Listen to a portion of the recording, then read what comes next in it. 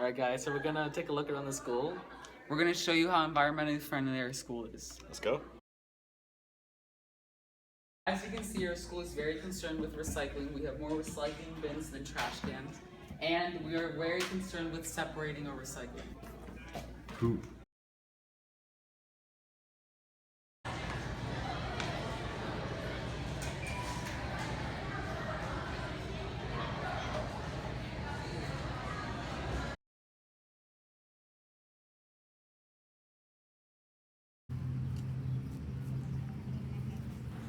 Behind me, you see our rain garden, which is one of our major runoff control centers on school property.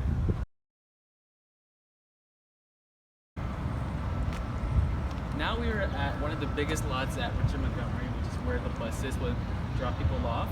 As you can see from the design, that the rain will either go down the drain over there or run off here into that and into the soil. So this is one of the many drains that we have around the school. The rainwater on the roof leads down here, and as you can see, the problem is that the rain leads onto impervious surfaces like these.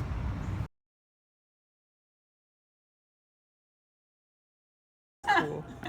Okay, so how would you rate how environmentally friendly our school is from A to F? I'm gonna go with C.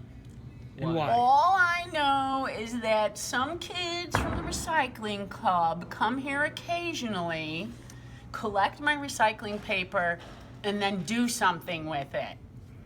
And the custodial personnel collect my recycling paper. But what happens after that, I just don't know. I'd give it probably a B. And how would you think we could make it an A possibly?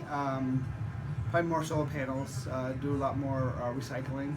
Find ways to like maybe put, lights are always turned on and electricity is always used. So maybe have those light switches that come on, like when motion light switches. Right. Those are just kind of some ideas I had.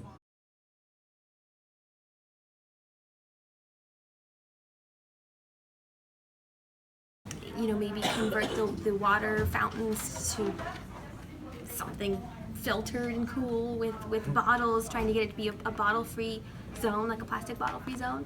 As I have one over here. So I know that things are in the works, but if you want more detailed information, you can talk to Miss H.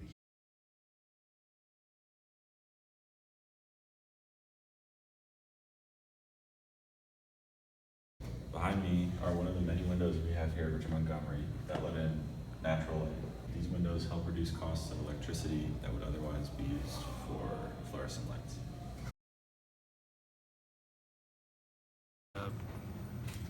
B. We are on our way though, like using a lot more online handouts would reduce a lot of paper load for things that like are either notes, that the only reason that we're printing them out is because we're used to reading papers. But if you just put it on a resource such as Google Classroom, then you don't have to print out things as much. So a lot more virtual notes would help to be more environmentally friendly. I think I would give them like a B.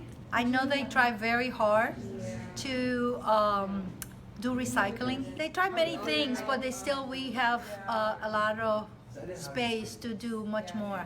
My understanding is that here, the school spends an average of more than $10,000 a month in electricity alone.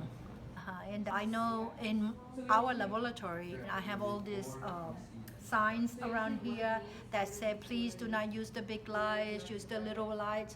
But then the majority of the teachers, they don't follow the rules. So if we all were to do what we're supposed to do, perhaps we will be doing much better. Because money that we save is money for us and for our books and materials that we need.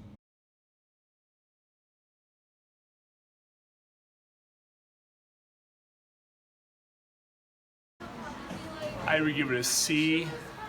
I think there has to be more of a buy-in on all fronts, from administration to teachers to students, on improving recycling. Have a strong emphasis on plastic bottles, cardboard boxes for pizza, aluminum cans, make sure that stuff is properly treated.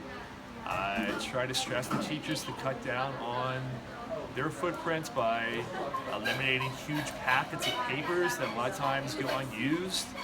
So I feel a lot of teachers kind of just give papers on in without really any real meaning behind it. So kind of shift more towards a digital classroom, trying to get all building staff to cut back on the amount of light usage. So obviously we have to have lights in the classrooms, but a lot of times you walk by rooms, they're unoccupied, but lights are on. I think that's probably it here within the school. After interviewing staff members, we've come to the conclusion that most of them feel the only solution for making our school more environmentally friendly is increasing recycling or turning off lights.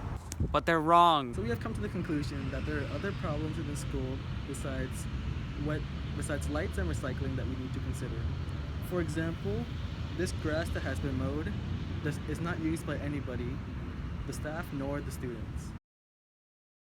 Another one of our problems is the large amount of people, including staff and students, that use cars and drive to school. So in order to reduce greenhouse emissions from cars, we could provide incentives such as priority parking for students or staff that carpool. Behind me you see one of our rooftop areas. Look at all those impervious surfaces. All the water that falls on the roof comes down these drain spouts where it runs straight into impervious surfaces and contributes to the runoff that is causing damage to our environment. One of our proposed solutions for this problem is putting rain barrels under the spouts so that we can collect the rainwater and use it possibly to water the grass, solving two problems at once. To my left and the grass to my right is mowed year-round, but is only used during baseball and softball seasons. Richard Montgomery is located in the Chesapeake Bay watershed, and in order to preserve the bay and prevent runoff from our school, we must prevent the mowing of unnecessary grasses during the off-season of sports and those grasses that students do not walk on.